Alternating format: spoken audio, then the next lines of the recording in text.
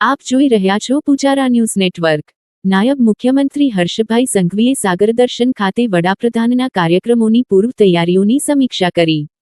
વડાપ્રધાનના road show સહિત રૂટનું પગપાળા નિરીક્ષણ કરતા નાયબ મુખ્યમંત્રી હર્ષભાઈ સંઘવી, વડાપ્રધાન શ્રી નરેન્દ્રભાઈ મોદી આગામી તા 11મી મેના રોજ સોમનાથ અમૃત પર્વ નિમિત્તે પ્રથમ જ્યોતિર્લિંગ સોમનાથના આંગણે પધારનાર છે। ત્યારે નાયબ મુખ્યમંત્રી શ્રી હર્ષભાઈ સંઘવીએ વડાપ્રધાનશ્રીના રોડ શો સહિત રૂટનું પગપાળા નિરીક્ષણ કરી સાગરદર્શન ખાતે વડાપ્રધાનશ્રીના કાર્યક્રમોની પૂર્વ તૈયારીઓની સમીક્ષા કરી હતી।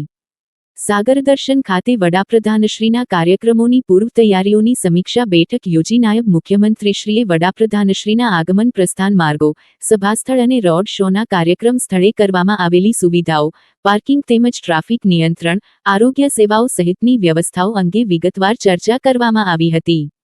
નાયબ મુખ્યમંત્રીશ્રીએ વિવિધ વિભાગોના અધિકારીઓની જવાબદારીઓ સહિત એકબીજા વિભાગના સંકલન સાથે કાર્યક્રમનું સુચારુ આયોજન થાય એ દિશામાં કાર્ય કરવા અંગે જરૂરી સૂચનાઓ આપી હતી। બેઠક પહેલા નાયબ મુખ્યમંત્રીશ્રીએ વડાપ્રધાનશ્રીના આગમન સ્થળ હેલિપેડથી લઈ હમીરજી ગોહિલ સર્કલ સુધીના રોડ શો અને સમગ્ર મંદિર પરિસર સુધીના નિર્ધારિત રૂટનું સ્થળ પર જઈ નિરીક્ષણ કર્યું હતું। નાયબ મુખ્યમંત્રીશ્રીએ રોડ શોના રૂટ પર સુરક્ષા અને ટ્રાફિક વ્યવસ્થા તેમજ માર્ગોની સુવિધાઓનું અવલોકન કરી સંબંધિત અધિકારીઓને બેરિકેડિંગ સહિતની વ્યવસ્થાઓ અંગે જરૂરી માર્ગદર્શન આપ્યું હતું। અત્યારે ગરમીની ઋતુ હોવાથી વડાપ્રધાનશ્રીના રોડ શો અને સભાસ્થળ ખાતે નાગરિકોને ગરમી ન થાય તે માટે સ્પ્રિંકલર્સ અને પાણીછાશ સહિતની પૂરતી વ્યવસ્થા ગોઠવવા માટે સૂચનો કર્યા હતા।